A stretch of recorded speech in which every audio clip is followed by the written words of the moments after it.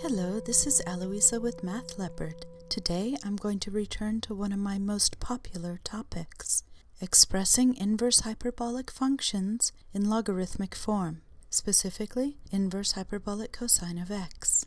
So let's prove that inverse hyperbolic cosine is equivalent to natural log of the quantity x plus the square root of x squared minus 1.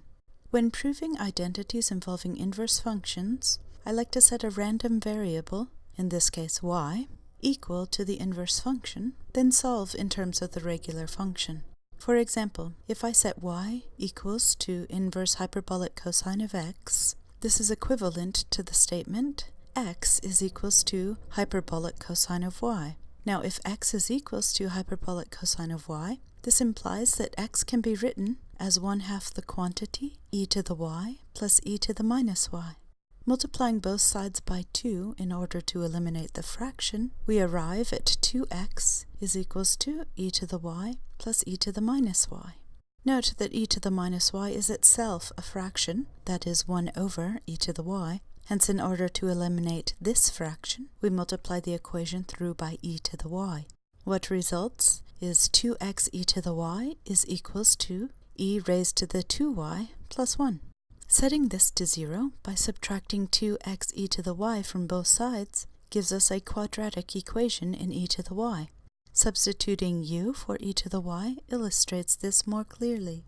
In order to solve a quadratic equation, we first need to identify the quadratic, linear, and constant coefficients, otherwise termed a, b, and c in the quadratic formula.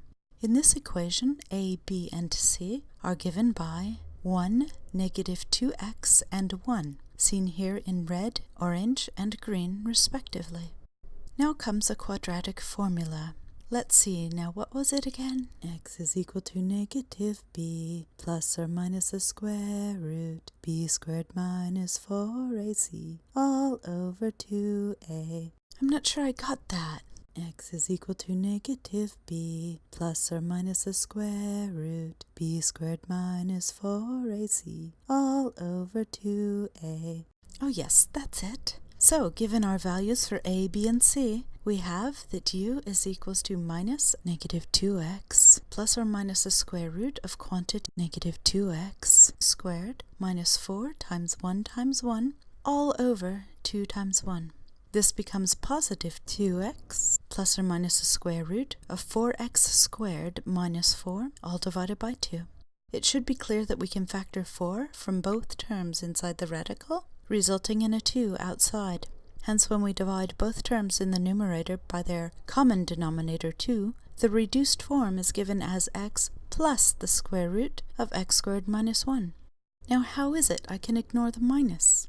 Let's consider the graph of hyperbolic cosine. We know that the component parts of hyperbolic cosine are 1/2 e to the x and 1/2 e to the minus x. Summing these two graphically gives us the graph of hyperbolic cosine, an even function, given its y-axis reflectional symmetry.